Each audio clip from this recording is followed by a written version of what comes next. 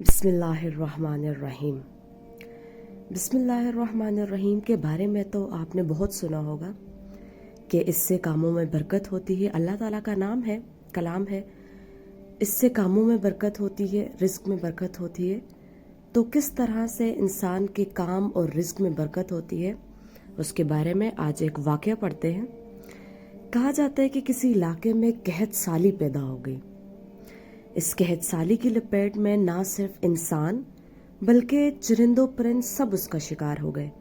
जाहिर है कहत पड़ गया तो कहीं पर भी खुराक के लिए कुछ भी मौजूद नहीं था। मवेशी मालकान बेहद परेशान थे। इस दौरान एक मस्जिद के मौलवी ने जुम्मा के खुतबा में निहायत यकीन के साथ ये बात बताई कि अल्लाह का नाम लेकर यानी बिस्मिल्लाह पढ़कर दरिया को हुक्म दिया जाए तो वो भी नाफरमानी नहीं करता। खुतबा सुनने वालों में एक चरवाहा भी मौजूद था। मौलवी की ये बात उसके दिल में उतर गई और इस बात पर उसका यकीन कामिल हो गया कि हाँ, वाकई अल्लाह का नाम पढ़ने से कोई भी चीज़ नाफरमानी नहीं कर सकती। और इस बात पर उसका यकीन ऐसा कामिल हुआ कि वो वापस आकर अपनी बकरियां खोली उसने और सीधा दरिया पर चला गया। ऊंची आवाज़ से बिस्मिल्लाहिर्रहमानिर्रहीम पढ़ा और दरिया को कहा वो अपनी बकरियां चरवाने के लिए दूसरे पार जाना चाहता है और उसे कहा कि मुझे अपने ऊपर से गुजरने दे। ये कहकर उसने अपनी बकरियों को लिया और दरिया पर चलता हुआ दरिया पार कर गया। दरिया के दूसरी तरफ का इलाका घास से भरा पड़ा हुआ था। दरख्तों के पत्ते भी सलामत थे क्योंकि किसी को यहाँ तक आने की रसाई नहीं थी। उसने खूब अच्छी तरह अपनी बकरियों को सैर करवाया और वापस लौट आया। फिर ये उसका मामूल बन गया कि वो बकरियां पार छोड़कर वापस आ जाता और शाम को जाकर बकरियां वापस ले आता। उसकी बकरियों का वजन दुगना चुगना हो गया। लोग चौंक गए और उससे पूछा कि वो अपनी बकरियों को क्या खिलाता है। वो सीधा सादा और साफ दिल नौजवान था। उसने साफ साफ बात बता दी कि जनाब, मैं तो बिस्मिल्लाहिर्रहमानिर्रहीम पढ़कर दरिया पर चलकर अपनी बकरियां दूसरी तरफ चरवाने ले जाता हूँ। ये बात सब ने सुनी मगर किसी ने उस चरवाहे की बात पर यकीन नहीं किया क्योंकि ये नाकाबिले यकीन बात थी। मगर बात होते होते मौलवी साहब के पास पहुँच गई। मौलवी साहब ने उस चरवाहे को बुलाया और सारा माजरा पूछा। उस चरवाहे ने मौलवी साहब को ही हवाला बना लिया कि मौलवी साहब, मैं तो आपका शुक्रिया अदा करने वाला था।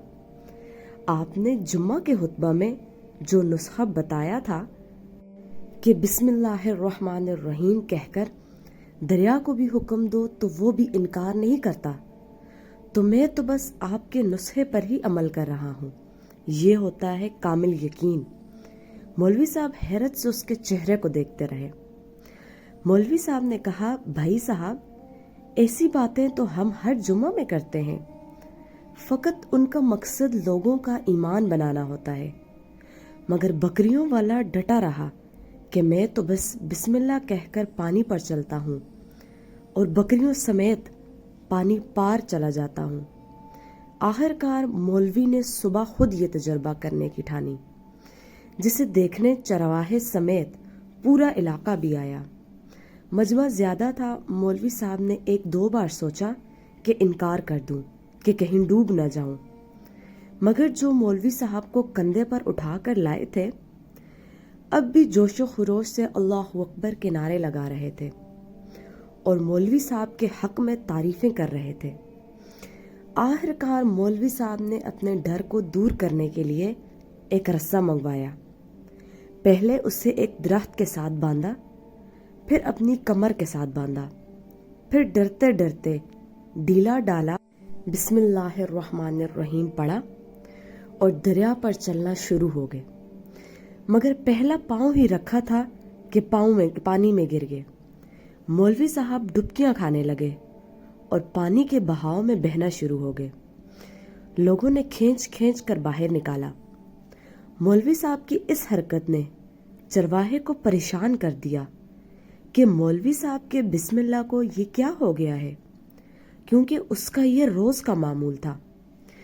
اس کے اپنے یقین میں کوئی فرق نہ آیا. اس نے بسم اللہ کہہ کر بکریوں کو پانی کی طرف اشارہ کیا اور خود ان کے پیچھے چلتا ہوا پار چھوڑ کر واپس بھی آ گیا. لوگ اسے ولی اللہ سمجھ رہے تھے اور اس کے حق میں نعرے لگا رہے تھے، مگر وہ سب سے بے نیاز سیدھا سادہ انسان تھا.